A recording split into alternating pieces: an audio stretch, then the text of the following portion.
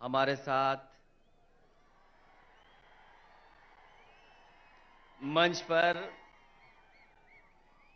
आपके सबसे प्रिय नेता और यहाँ के मुख्यमंत्री आदरणीय के चंद्रशेखर राव जी,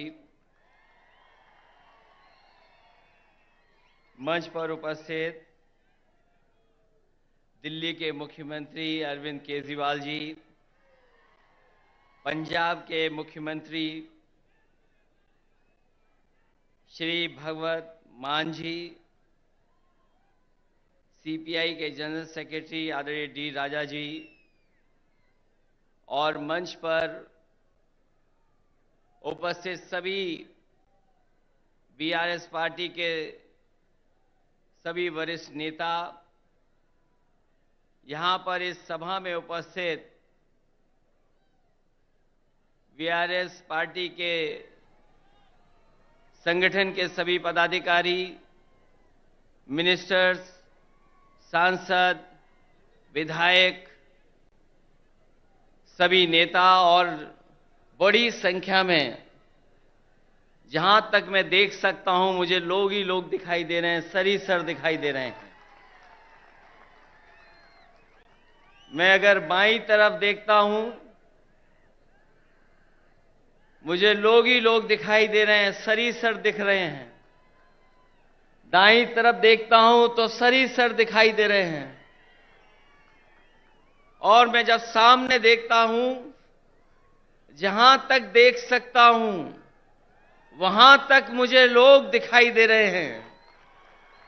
मैं इस ऐतिहासिक धरती पर, खम्मम की ऐतिहासिक धरती पर, मैं आदरणीय केसीआर साहब का बहुत बहुत धन्यवाद और आभार प्रकट करता हूं कि यहां पर इतनी बड़ी संख्या में आपने बुला करके पूरे देश को एक संदेश देने का काम किया है। आज सुबह से लगातार हम लोग काम देख रहे हैं। मैं सामने जहां पर बिल्डिंग में हम लोग बैठे थे, ये इंटीग्रेटेड जो ऑफिस बनी है, कॉम्प्लेक्स बना है, एक ये उदाहरण है सरकारों के लिए कि एक जगह कैसे अधिकारी बैठ सकते हैं और जनता को तकलीफ और परेशानी नहीं होगी, एक ही जगह पर समस्या का समाधान हो जाएगा।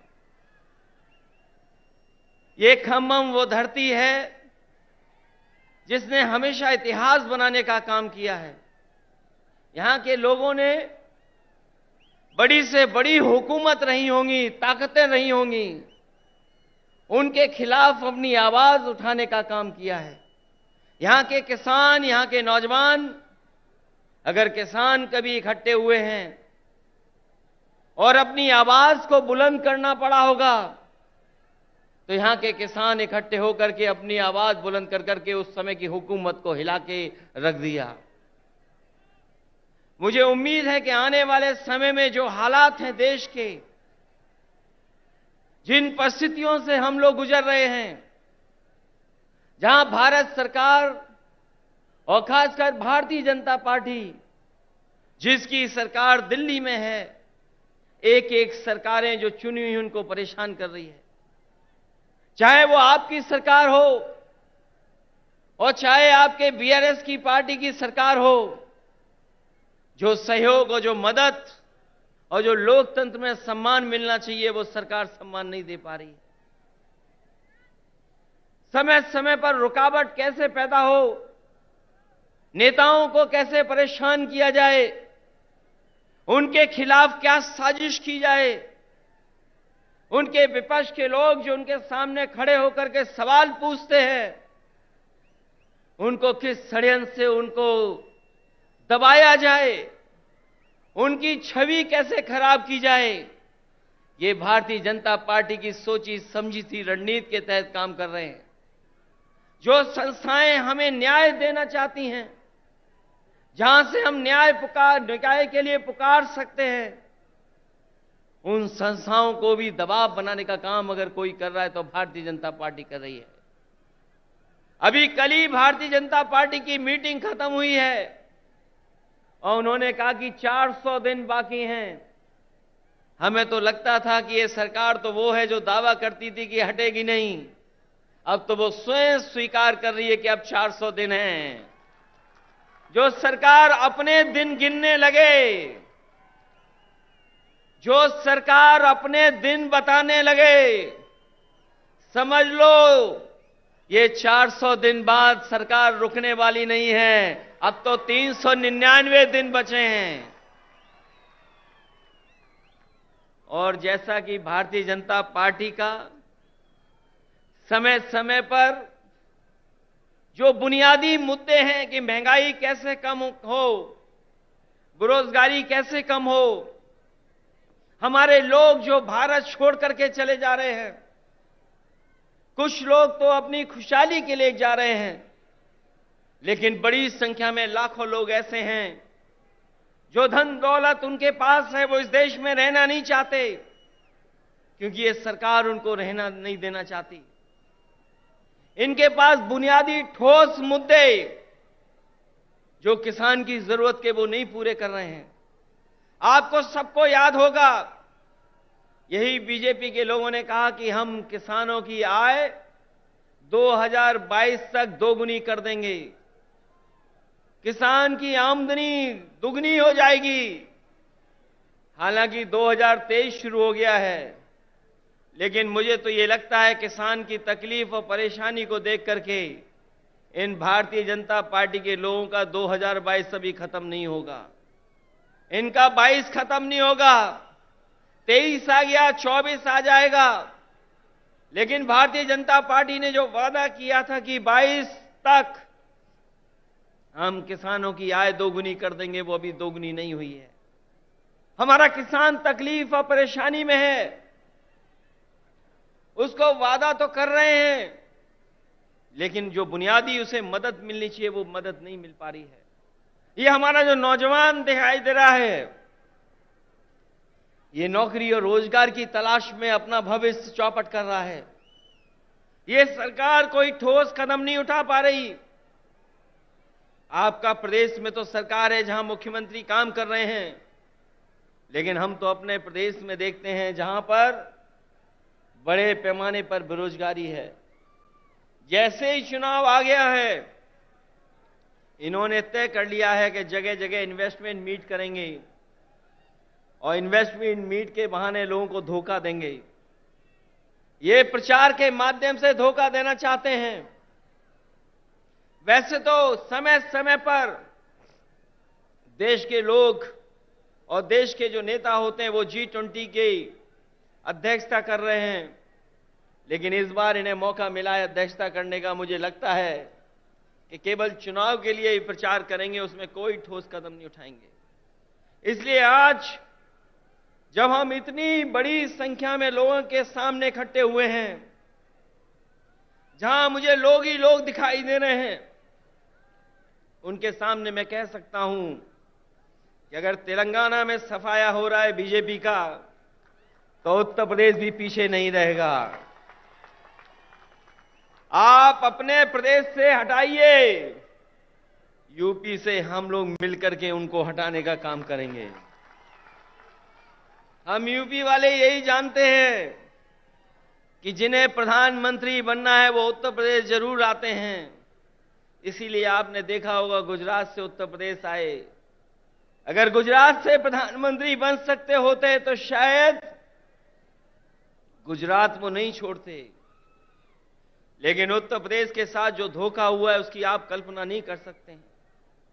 मां गंगा हमारी पूजा का, हमारी आस्था का, हमारी संस्कृति की स्थान है।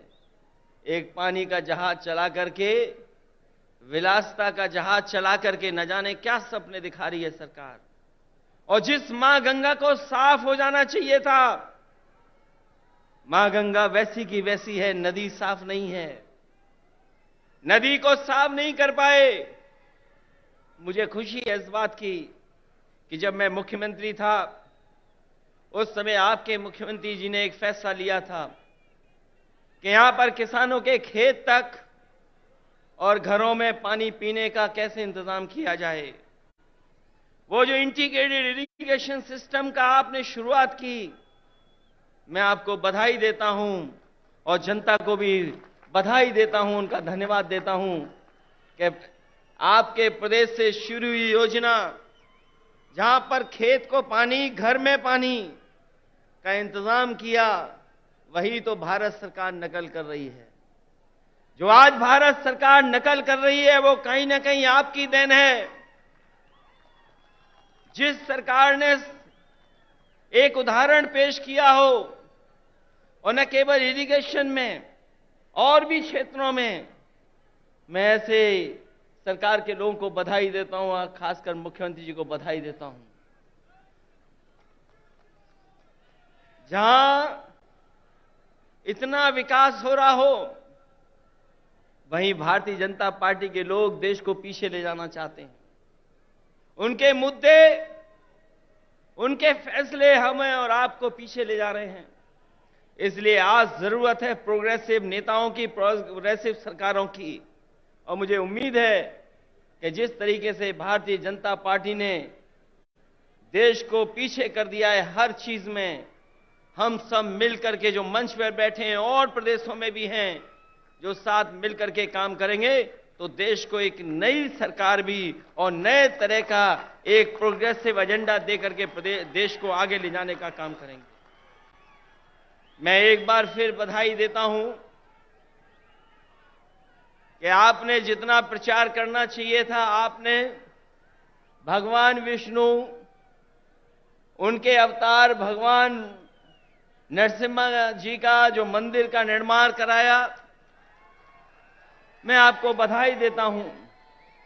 आपने काम ज्यादा किया, प्रचार कम किया, लेकिन कुछ लोग तो ऐसे हैं जो काम कम प्रचार ज्यादा करते हैं।